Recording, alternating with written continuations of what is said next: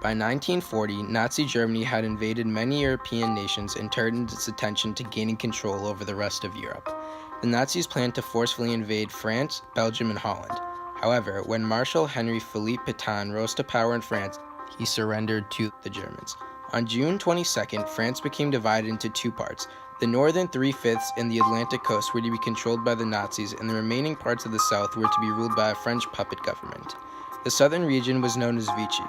The truce also broke up the French army, sending many French soldiers who could escape into exile in England.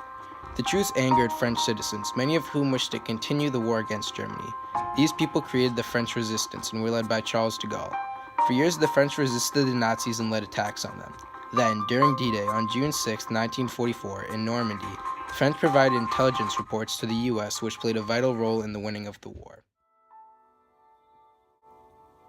From the ashes of the French army rose the French resistance. Not only were the French people disappointed in their government, they were also extremely unhappy with the Vichy government that came to power because of it. The French government was separated into two zones. One controlled by the Nazis and the other was a French government and puppet state. But both came subject to the Nazis' control. The Vichy authorities sent hundreds of thousands of French citizens to Germany for forced labor. The Vichy government also forced many French people to pursue and arrest French resistance members.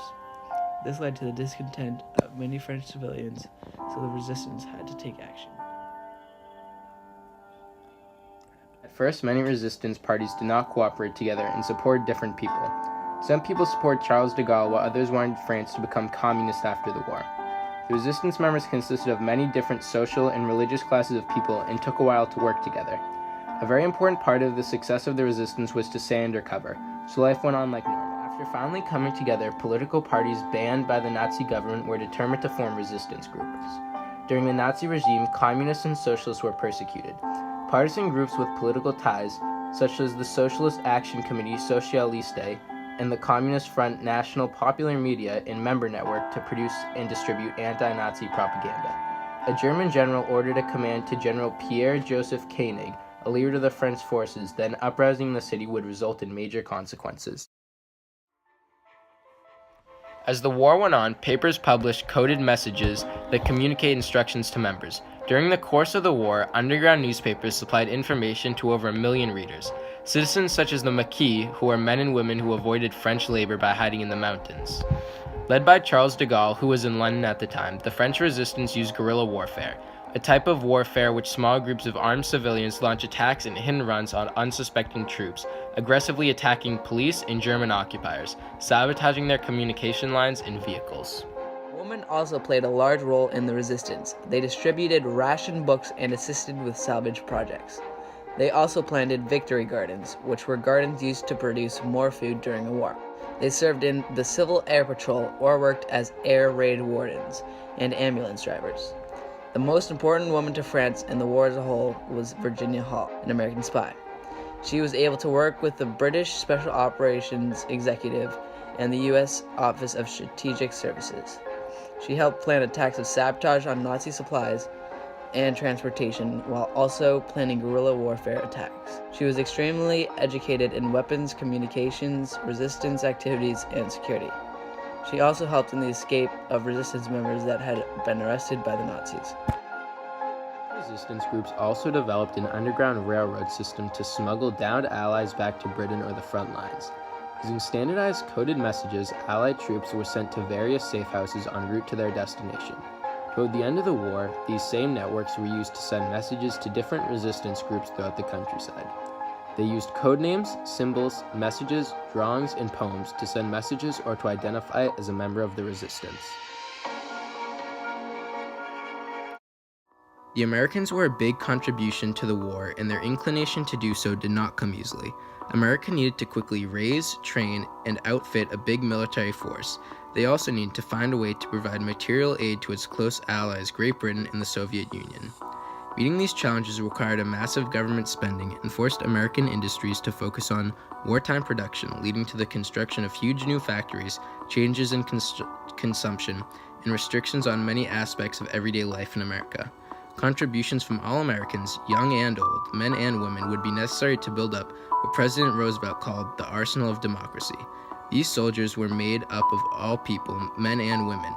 In fact, Dwight D. Eisenhower stated, "During my time that I've had the WACs under my command, they have met every test and task assigned to them. Their contributions in efficiency, spirit, skill, and determination are immeasurable." Along with the WAC, there were many other important contributions the Americans made pre-D-Day. The U.S. soldiers were in control. They were better trained and better equipped to handle situations. The dynamic was, they gave orders, and the resistance fighters followed them.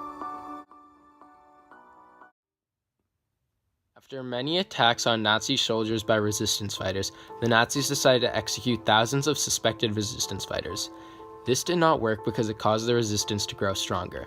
To eliminate suspected resistance members and to scare the resistance, the Nazis began to slaughter entire villages. Their strategy was to eliminate some of the resistance fighters but also scare others by killing many innocent people such as kids and mothers. One example of the Nazi slaughtering was the village of Oradau, located 15 miles northwest of Limengos in central France. Although it lay within the German zone of occupation since 1940, they managed to escape the horrors of World War II for more than 4 years. This all changed on June 10, 1944, after D-Day, when Otto von Dieckmann and his troops from the 1st Battalion of the 2nd SS Panzer Division entered the village, slaughtered its inhabitants, and looted and burned its houses and buildings. There were a few suspected resistance members in the village, and instead of only killing them, the Nazis killed the whole village to ensure that they got the right people. However, this did not stop the resistance. Although these tragedies ended in thousands of deaths of innocent civilians, it fueled their anger to get rid of the Nazis even more. As the German forces grew stronger, the Americans decided to join forces with its allies against the Nazis and fought a fierce battle on the coast of Normandy, France. Despite being outnumbered and ambushed, Hitler refused to surrender, despite generals saying he should. They were able to hold off at first, but were eventually defeated because of the Allies' superior air force. France's crucial role was their ability to provide intelligence reports. Intelligence reports gather intelligence and information from the foreign countries and conduct special activities approved by the president, including undercover operations. The reports include everything regarding classified information about some other government. An insider provides info to help their government in whatever way they can. Transportation routes, military strategies, and locations of supplies were all things included in these reports to tell the Allies where the Nazis would be getting their supplies. They made sure the Nazis were not able to get the supplies they needed while also destroying roads and bridges to make transportation for the Nazis difficult. France and Allies had the Nazis on the ropes and chased them away. The Nazis were retreating, but the Allies were determined to catch and destroy the Nazis completely. Many of the American soldiers were fighting for the first time against an enemy hardened by years of battle. In an attempt by past French president and statesman Raymond Poincaré to inspire the French resistance fighters, he said, "You hold in your hands the future of the world." This fueled the nationalism for the French resistance fighters and to the Allies as well. On June 6, 1944, the Americans and Allies landed on the Normandy beaches, Utah, Omaha, Gold, Juno, and Sword. The unfortunate events of D-Day began when the American Air Force miscalculated their bomb droppings too far behind the enemy lines, leading to the massacre of the ground units. Thankfully, however, the overwhelming amount of Americans and Allies, including the resistance fighters, led to the pushing back of the Nazi German soldiers, resulting in the winning of the war. On D-Day, more than 160,000 Allied troops landed on a 50-mile stretch of heavily fortified French coastline to fight Nazi Germany on the beaches of Normandy, France. More than 5,000 ships and 13,000 aircraft supported the D-Day invasion, and by day's end, the Allies gained an upper hand in continental Europe. Unfortunately, more than 9,000 Allied soldiers were killed or wounded, but their sacrifice allowed for more than 100,000 soldiers to begin the slow, hard slog across Europe. French forces fighting under Charles de Gaulle and American troops entered Paris on August 25th to the cheers of the liberated French citizens. D-Day ended the war but left 50 million people dead. The war cost a lot of money, about $2 trillion of the world's wealth. This would also lead to trouble with the French government as they tried to decide what the best post-World War II government was. They switched from an empire style of government to a union. They also decided to get rid of some of their colonies to save money in order to remain a world power. Colonies not given independence decided to fight for it, most of them coming out winners. Algeria, Morocco, and Tunisia were all able to gain their independence through guerrilla warfare. The French resistance played a major role in World War II. Despite being defeated and embarrassed, the French people were able to fight and triumph over the Nazi forces. They were able to battle through many tragedies, but finally came through triumphant and won the war. Without their assistance, the Nazis may not have been defeated, all the more making the resistance's actions more triumphant.